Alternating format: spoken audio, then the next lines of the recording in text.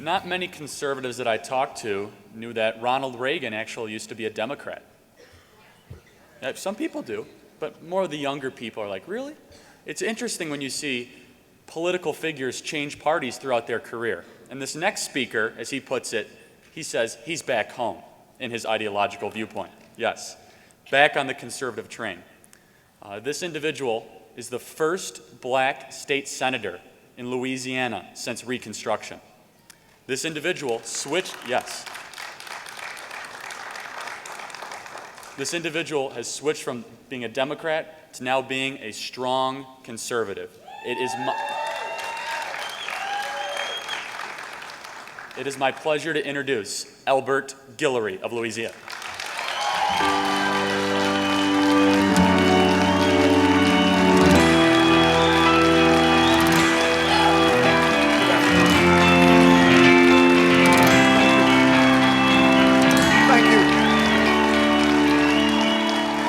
Thank you. Good afternoon, conservatives. Well, by now, I guess you know that I switched my party affiliation. I once was lost, now I'm found. It is good to be home. Now people spend a lot of time asking me, what kind of Republican am I? It's as though I can hyphenate Republican.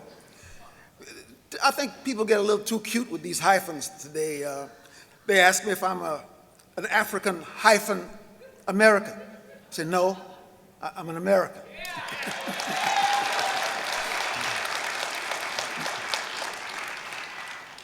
They ask, are you a conservative hyphen Republican? Are you a libertarian hyphen Republican? Are you a neo hyphen conservative? Are you a social hyphen conservative?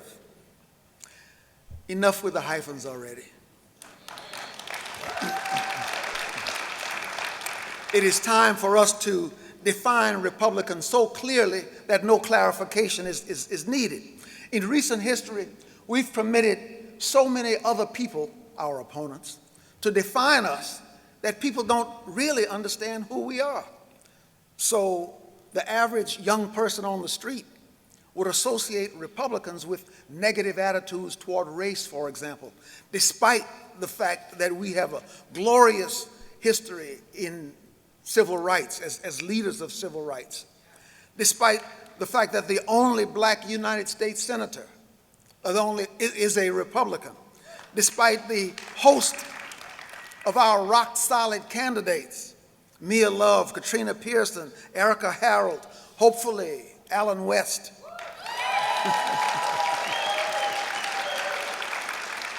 Hopefully Ben Carson.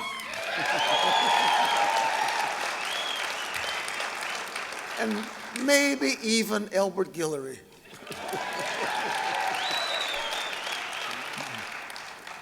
The person on the street also probably associates republicanism with anti-feminism. You remember that war on women? If you want to hear a war on women, listen to any hip-hop radio station or video. That's a war on women. The most vile and violent language, the most disrespectful language that you can hear. That is a war on women. The liberals are masters of deception. It's one of their favorite tactics. They do some evil, then point fingers and blame it on the Republicans. And what do we Republicans do? We sit in silence, letting the party of disappointment define us at will. The truth is that we have a fantastic story to tell, a story about our fiscal integrity, a story about our glorious civil rights leadership, a story about our policies promoting and protecting family and the Second Amendment and prayer and promoting a strong national defense. A fantastic story is what we have. What we do not have is a sense of urgency. If you lived in the finest house finest mansion in the nicest neighborhood, and a horde of termites came to attack the foundation of that mansion, you and every member of your family would get outside. You'd be stumping and beating and burning termites, getting them away from your home. You would have a sense of urgency. You would call an exterminator. You'd call 911. You'd call the U.S. Marines. You would have a sense of urgency. Today, the foundation of our great mansion is under attack by termites.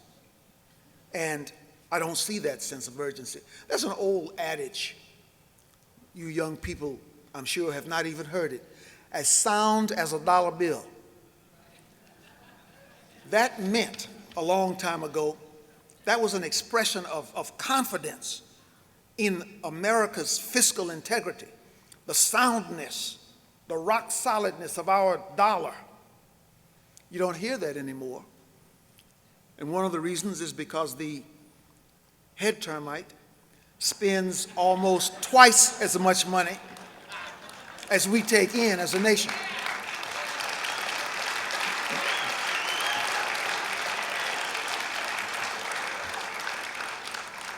He is destroying the fiscal integrity of this nation.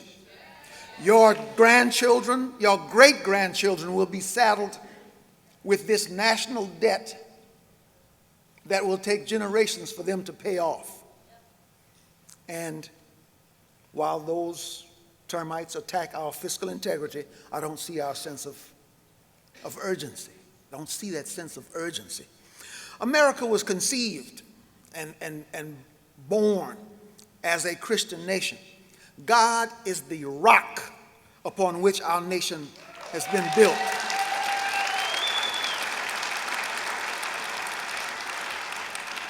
The termites are attacking that rock, attacking the foundation. The head termite even publicly disparages those of us who still cling to our Bibles and our guns. Can you imagine? The head termite, publicly, he feels so comfortable that he can be out in public and disparage us. That shows you how serious the attack on our rock is.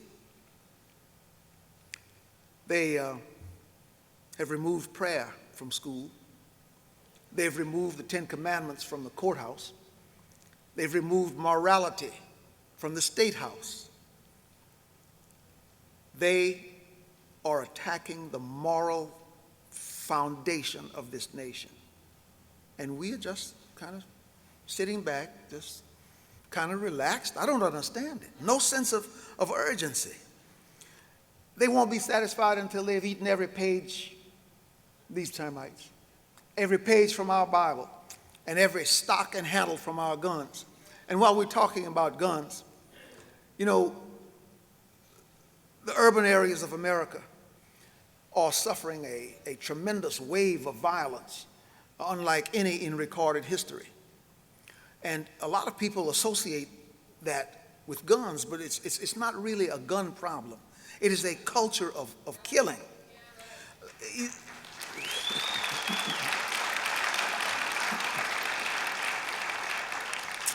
It's a culture of disrespect and no consequences. A culture of violence fed by putting 3- and 4-year-olds in front of a television, blaring with violent video games. And that 3-year-old grows up being bombarded with these violent images. The only solution that they learn to conflict management. If there's a conflict, the solution that they've learned is to kill it, is to shoot it. That is what has caused the problem. That is the problem. That is the culture of killing in our urban areas. It's not guns. If we take away all guns today, the culture of killing will remain, and people will kill themselves with knives, with sticks, and with stones, as they have done since prehistoric times. It is the culture of killing, not our guns, that's the problem.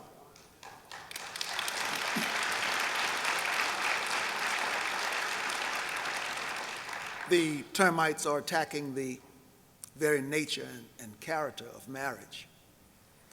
When the Lord put Adam to sleep, he reached into Adam's rib cage and took out the finest rib and blew life and beauty into that rib.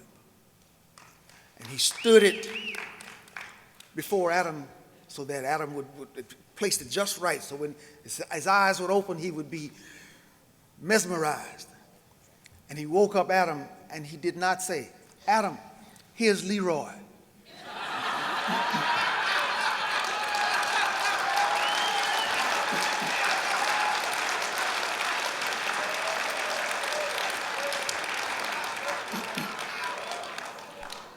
And when the Lord said to Noah, "Go out and get 2 of every species," he didn't just say, "Go out and grab any 2."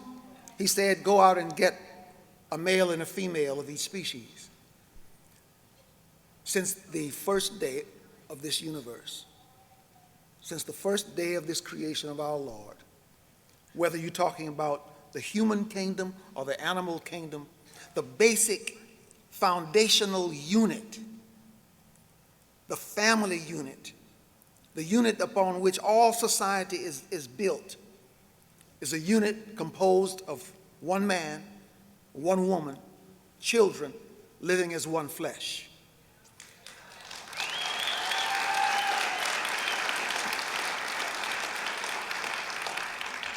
Today, the termites are actively seeking to change that. They're attacking the very fabric of American society. Perhaps I'm sightless, but I don't see a sense of urgency. Maybe there's something wrong with my ears because I don't hear a sense of urgency about these attacks on our foundation. Millions and millions of babies killed in their mother's wombs every year. And I don't even smell a sense of urgency in our nation. Whatever is good and decent and working, the termites attack. In Louisiana, we have a voucher program that is quite successful. 8,000 vouchers, 90% minority, 100% poor, 100% in the worst performing schools in America. Now, in the 1950s, there were some Democrat thugs who crawled out of the backwoods of Louisiana and stood in the schoolhouse doors to prevent little children from coming in to get an education. Today, Louisiana is the battleground again. This time, thugs crawled out of the halls of government in Washington, D.C., out of the Justice Department and out of the White House in Washington, D.C. Those thugs crawled with a lawsuit to stop Louisiana's voucher program. And today, they stand in the schoolhouse doors. Now, back in the 1950s, when they stood, our Republican president, Dwight Eisenhower, sent federal marshals. It was we Republicans who stood up against the thugs. Today in Louisiana, it is Republicans who stand with those little children, preventing the thugs or defying the thugs from preventing them from getting their education. It is Republicans who fight today to keep the schoolhouse doors open. It is Republicans who battle those forked-tongued termites who send their own little termites to the best private schools that money can buy. But they want to force little Louisianans into the worst schools in America.